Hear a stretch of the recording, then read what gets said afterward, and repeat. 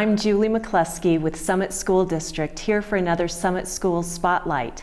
And today we're going to talk about cultural proficiency and cultural responsiveness in Summit Schools. And I'm joined by Marilyn Taylor, one of our board members. Marilyn, talk first a little bit about your background and your experience with cultural proficiency. Okay. Well, let's see. It goes back a long way. When I left Summit School District, where I was an English teacher for a long time, I went to Metropolitan State College of Denver as a teacher educator, and I was a teacher of multicultural education. And I also got involved in a grant that was called Equity in Mathematics Education Leadership Institute, and did many retreats and served as a subgroup leader and things like that. But anyway, became very committed. And also, after that, I left to go to Alaska. Alaska, of course, the Alaska Natives are a significant population and a significant force in the state, but less than well represented in the teaching force. So we had a pretty major grant that was intended for us to bring the Tlingit and Haida people, who were the local the native people where I was, into the college, and we were pretty successful in that. It really increased the number of native people in the teaching force over the 4 years that I was there. So that was also a major connection, and knowing about that made me committed as well. Then I went to University of Hawaii. Well, Hawaii is a very diverse state, and diversity of its classrooms is characteristic. And it sort of flip-flops because often, the white person is the minority as opposed to the Asian or the Native Hawaiian.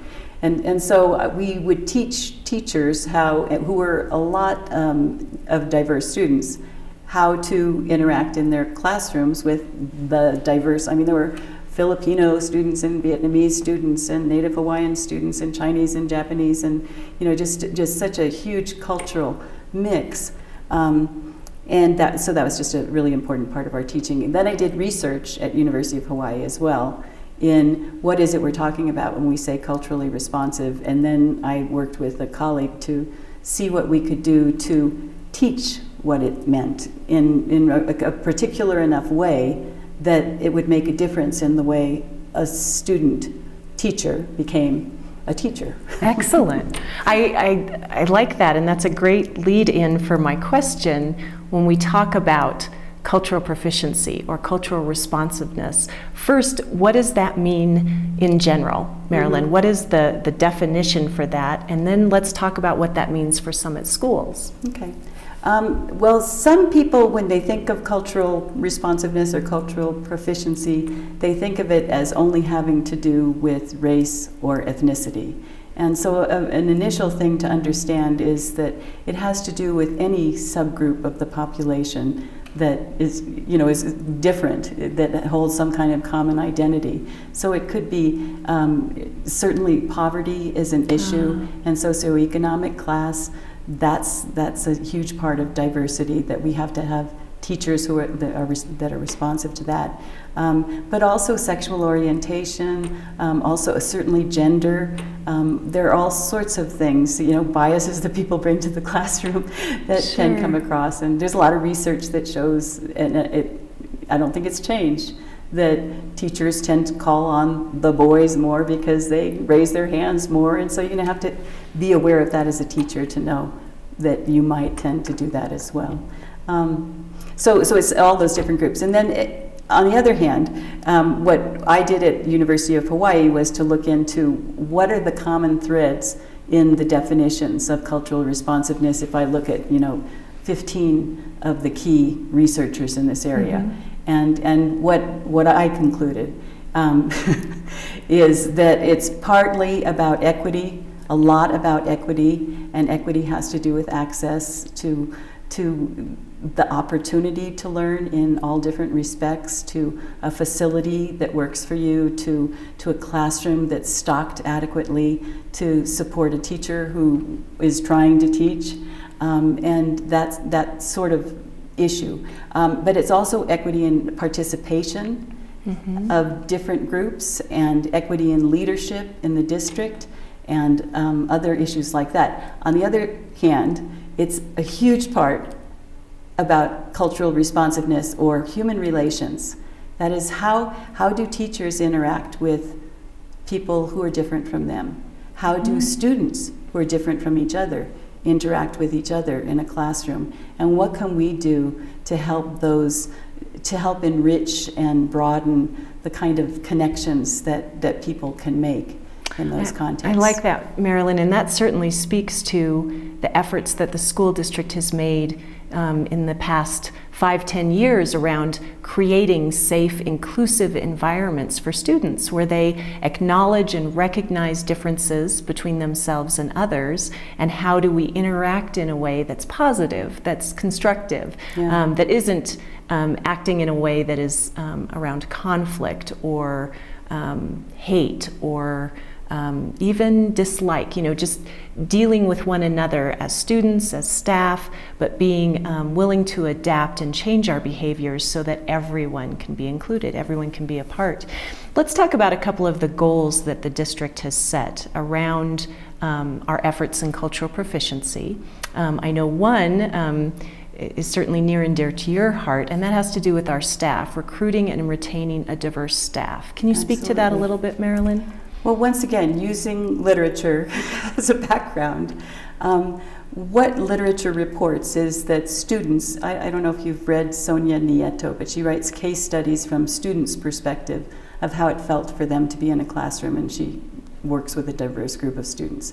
And they talk about how they'd like to see teachers and school leaders who look like them. And the only time they saw a person that looked like them, it was a custodian or a cook or some non-professional position. And that's the reason that I think that we need a much more diverse staff here. We have incredibly responsive teachers, and I'm always impressed when I go to the elementary schools with the amount of accommodations that are made to meet everybody's needs. I mean, it's just, it's there are a million examples, and two that come to mind. At Summit Cove, I really like that every month they celebrate a different culture from a different country represented by a student at their school, where everybody then hears about that country and hears about that culture, and the student gets to share, and the parents usually participate. And every month this happens, and it moves from different group to different group. I mean, that's a really nice thing to happen in the schools. But in any case, we need the diversity in the teachers, not just in the kinds of things we do, but we also need to work on having the people who are represented on committees equitable, inclusive access, so that what you have is a teaching staff that reflects the student population that you're serving. That would be ideal. Sure. And I know that we have made progress. We certainly have made progress in lots of positive ways, but we're not at the ideal. So, I say, there's more we can do. There's still more we can do. And so I think there are some long-term projects that I want to talk to you about later. Great. More for us to do. That might promote the number of diverse faculty and administrators and just people in the district. And that is a part of our strategic plan, has been, and I think it will continue to be a part of our work going forward. And you talked about the diversity in our staff. I think it's also worth talking about the professional development that we're providing to our teachers and to our staff to help them be more culturally responsive to students and families in the schools. That's a very good point. And the reality is that across the country, the teaching force is dominantly white. And so we need to address the situation now as well. And so what we need is to have teachers who learn the skills of being culturally responsive. And sometimes that's a jump for them. Sometimes I'm used to working with student teachers. So they'll come from a neighborhood or a state or an area where there wasn't diversity, and then they'll step into perhaps an urban school, but just in any case a school where there are people who are different from them. What kind of preconceptions are they bringing about those students? Sure. Do those preconceptions affect the way they teach them? Do they set low expectations because they feel sorry because somebody, is obviously a poor, from a family that is not doing well socioeconomically?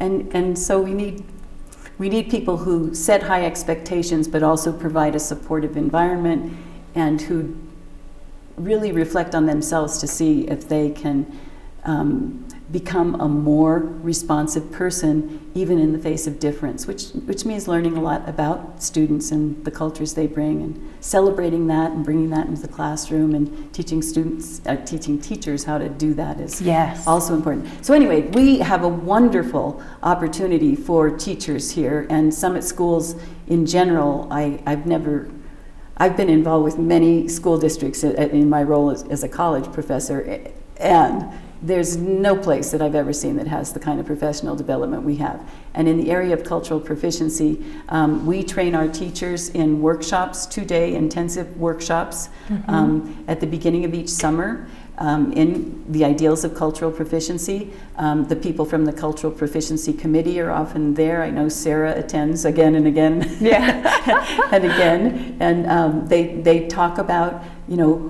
who are we? And, when we're faced with difference, what are some of the issues that come up for us? And so it's really a personal transformation as well as a curriculum issue. You also have to be responsive in having the kind of curriculum that matches people's needs. You also have to be aware if somebody can't play a sport because they can't afford a uniform. You have to have the mindset to put yourself in the shoes of the student, and that's kind of a piece of the professional development that we offer. I think it's a positive one, and it matches the kind of background I have. Yes. So I was excited that the school district was on the same page as I was, and I think it's a really good positive contribution to our teachers. And we're hoping the Cultural Proficiency Committee would like for every teacher in the district to have had that training. Excellent. Not just the level 1, but then there's a second level 2 that also helps. And our trainers, they're facilitators, have been outstanding and really wise people and good to learn from. That's great to hear. And as we talk about our staff and trying to recruit and retain a staff that reflects our community, our students, our families, and then we talk about the professional development that's necessary for all of us to grow and to be better at adapting and providing the right kinds of opportunities, creating the right types of access for students around our curriculum. I think the other area, Marilyn, where I see a lot of good work in the district has been around our outreach with our family liaisons, our district translators, our district interpreters. There are more than 22 languages spoken in the district. And, while Spanish is the number 2 language spoken in our community as well as our district, we work very hard to make sure that we're connecting with students and families in their native languages. Can you speak at all to some of those services, Marilyn, and what we're doing here in Summit Schools?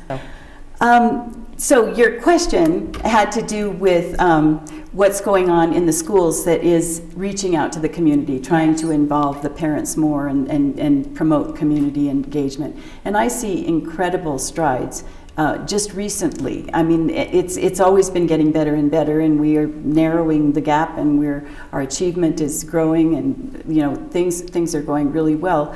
But the fact that we have hired many more translators, the services of translators, when we have so many students whose parents have the first language in Spanish or another language, and I know we're trying to address even the smaller subgroups of different languages, it gives them a whole other relationship with the schools. Instead of feeling fearful or like I better not try to talk to them because it'll end up without understanding.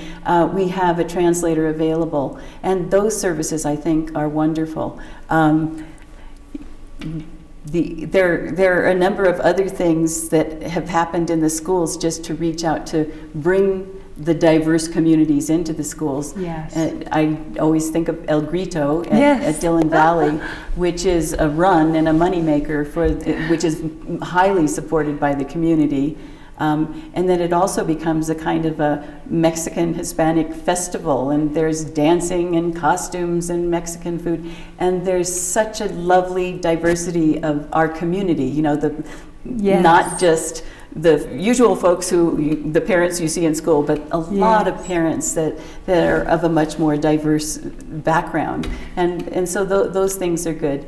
At Summit Cove, one of the things that brings the parents to school too and involves them is that they do did I already talk about this? Every month they celebrate a particular culture, country. Yes. And so a student who's from that country will be highlighted, or the students, and there'll be performances on the stage, there'll be dancing, there'll be all sorts of wonderful opportunities with slideshows and pictures, and it enriches people's knowledge and international mindedness, which is such a big part. It's a part of our International Baccalaureate, which I just adore. I think it balances our curriculum very nicely and certainly promotes the kind of cultural responsiveness in the school district that I'm hoping for. And we talk so much in, as an IB district, as committed in the primary years, the middle years, and then our diploma program, how important it is that our children understand how big the world is becoming, and yet how close, right? Mm-hmm. And understanding the interaction that they will be having from individuals from all over the world. Not just here in Summit County, it's a great place to begin that exploration and make those connections, but also as they grow into their careers or college. As we wrap up, Marilyn, tell me, why is this work so important to you? One of the parts of my background is the personal transformation part of becoming culturally responsive. And I've been involved in a lot of efforts to think about, who am I and how do I relate to the rest of the world, and do I know a sufficient amount to be, and I've always been an educator, so a teacher of a student from a different background. And I've become very committed because of that. And I'd like to mention Julian Weisglass, who's a professor at University of California, Santa Barbara, who led a huge effort to bring a diverse group of teachers together and then have them think through what is it we're talking about when we're talking about cultural responsiveness. As part of that, and that was a very intensive kind of experience for me, we had this saying, and I think we borrowed it from someone, but in any case, the saying was, if not us, who? Mm-hmm. And if not now, when? And so I just, and are you ready to stand up for leadership? Not just to say, be aware, it's act out your awareness. And so I'm really into that. And then I guess I finally would like to say, because self-disclosure is a little bit a part of the transformation, I had to think about my own background, and I happen to have been raised in a working class family. Mm-hmm. I happen to have gone to university, was very fortunate, but I felt a little bit like an imposter because the knowledge of, people might have a different knowledge base from mine, and so a lot of people would say things to me like, you didn't know that? And so I feel like I felt like the outsider in some of those contexts, and I'd like to have some impact on other people who need the kind of support of a teacher who understands, or an educator who understands, in order to be more successful. Thank you, Marilyn. We are so fortunate to have you on the school board and your commitment and passion in this area. In just a few minutes, we're going to talk with several of our teachers who are making a difference in their schools with cultural proficiency programming and also training and outreach. Hi, I'm Julie McCluskey with our Summit School District Spotlight on Cultural Proficiency. And I'm joined now by Sarah Goshnick, who works here at Summit High School, and Mary Kratz, who's with us at Silverthorne Elementary and Frisco Elementary. And we're going to talk a little bit about some of the work that the district is doing with cultural proficiency and creating a more culturally responsive environment in our schools. So Sarah, let's start by talking about the district work group that is focused on cultural proficiency right now. Tell us a little bit about the group and what their goal is here in the district. So the group is comprised of teachers throughout the district that represent each different building that we have, from the elementary school to the middle school to the public high school to our alternative school with Snowy Peaks. Great. So we have a wide representation of teachers and staff members that come together every month to talk about cultural proficiency and diversity and some of the issues that we face in this district, and try to put into place things that we can do to make our educational system better through the lens of cultural proficiency. Oh, that's great. Tell me a little bit about I know the group started several years ago, and what they've accomplished to date and what you see happening this year. A lot of what we've done so far has been a lot of inward work, trying to figure out who we are as citizens of Summit County and the Summit School District.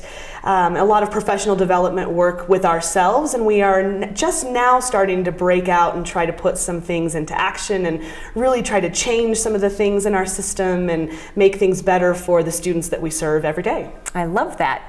So I know that we are working on 10 actionable items, things that we can just do that will make a difference for our kids. Speak to some of those for me. Yeah, our goal this year for the team was to really become action-oriented. Like I said, we've done a lot of that professional development work, and we felt like this was the year that we needed to get out and really start doing some stuff. And so we have created kind of this list of 10 things that we'd really like to get done this year. Some of that continues to be professional development. A lot of it has to do with curriculum and looking at the things that we're putting in front of kids and making the stuff that we're teaching students really accessible to them. And we have a lot of other action items. Mary, do you have any other things that you remember from the action list that we're doing this year? Yeah, we're really trying to get 10 action items going this year, and we were already doing quite a bit of things in our district. We have Heritage Night at several of the elementary schools, and that can go during the day, or also we have it at night where the different cultures in our community come and bring food and bring their clothing, and everybody goes around and tries different food from that. We have El Grupo del Valle at Dillon Valley Elementary. Oh, El Grito. El Grito. Yeah, we have El Grito, and then we have El Grupo as well. As well, we have El Grupo happening at many of the elementary schools, and that's where families that speak the Spanish language can come and talk about their interest in schools and their experiences, and it's very effective. I think we also have it at the high school as well. Yep.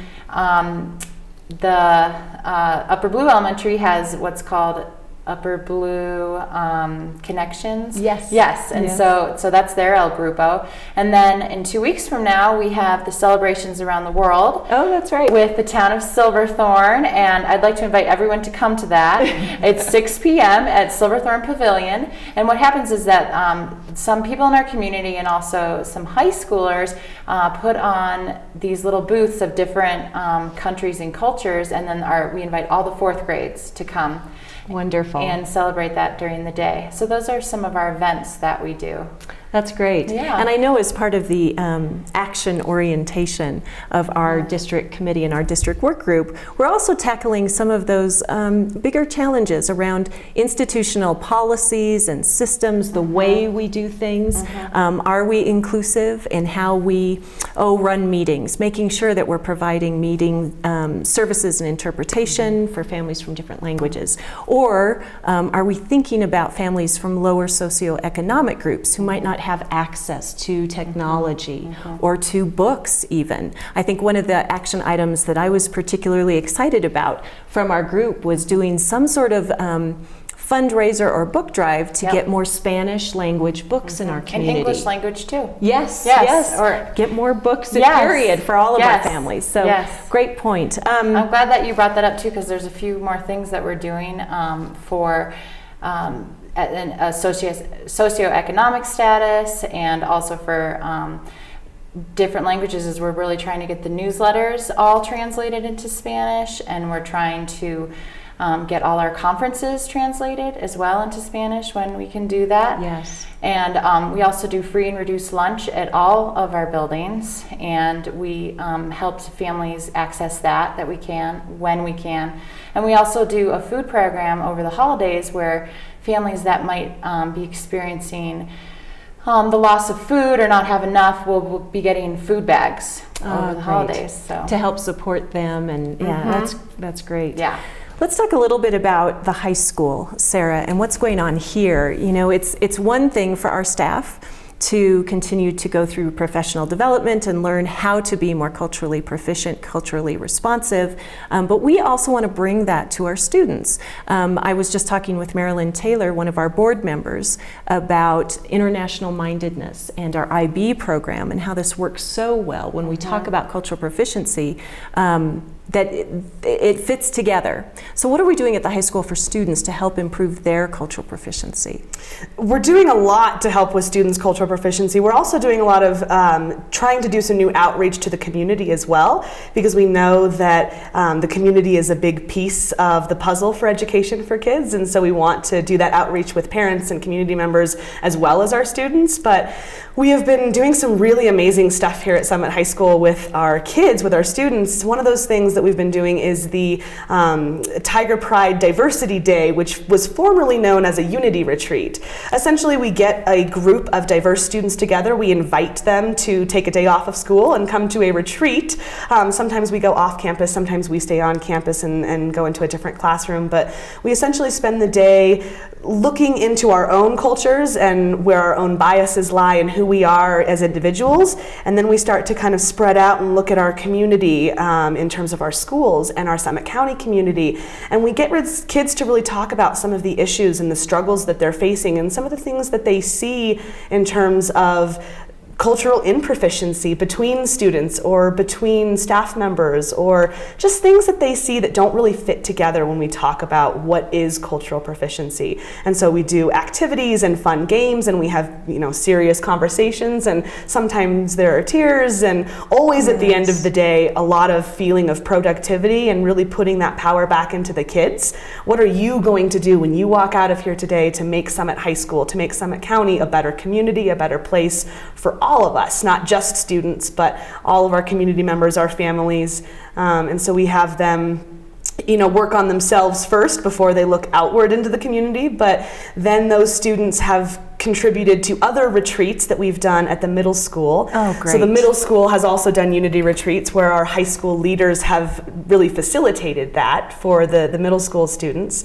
They've also gone into the elementary and helped with the courage retreats and the respect retreats that we've been doing in the district. And so it's nice to see that leadership from the kids' perspective going out and outreaching into their own community once we kind of put that power back into their hands. So that's really the big one that we do, but we also have a program called Pre-Collegiate here at Summit High School that is focused on helping those students who come from families where there has not been a collegiate education background, and so giving those kids the tools and the skills that they need to know how to apply to a college and know what to do when they get there and how are things different when you get into college, and really focusing on those kids so that when they get to college they can hopefully be retained by the school that they choose to go to. And that's been a really successful program to help some of our marginalized populations to get the chance to continue their education and be really positive and excited about it. And we have a lot of those students come back and really speak to the positive experience that they had in the pre-collegiate program, and that's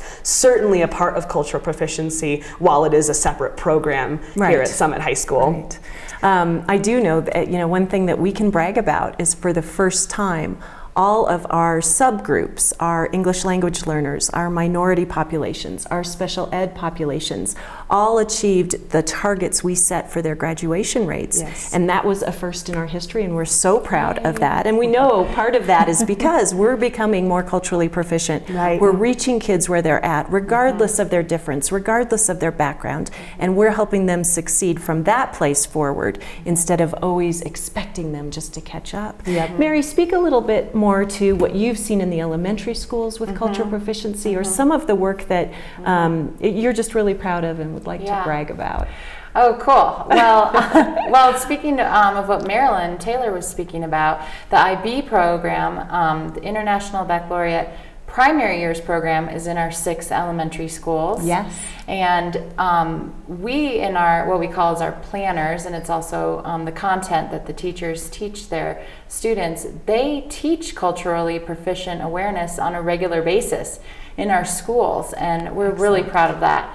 That the teachers have had the training, and that they want to teach the young children how to know who they are and what their culture is, and therefore they can accept others for who they are. Yes. Good. Yeah, so we do things like mix it up lunches, where you sit at a different table with different people from different backgrounds, and we do things like activities where the children will share who they are to everybody. It's just really great what they're doing, the teachers are doing with their students. I love to hear that. Yeah. And I do think we had talked a little bit earlier, just, you know, it's a big world out there, and the more that we can share with our children now and help them understand difference and what difference means, Right. hopefully that better prepares them for their career, for college, for whatever comes after Summit School District. Well, I want to thank you both. Really appreciate your perspective on cultural proficiency and being more culturally responsive. For more information about what we're doing in Summit School District, please visit our website. You'll find an entire page, an entire segment of the website dedicated with resources and tools and strategies for improving cultural proficiency for your student and for your family. Thank you.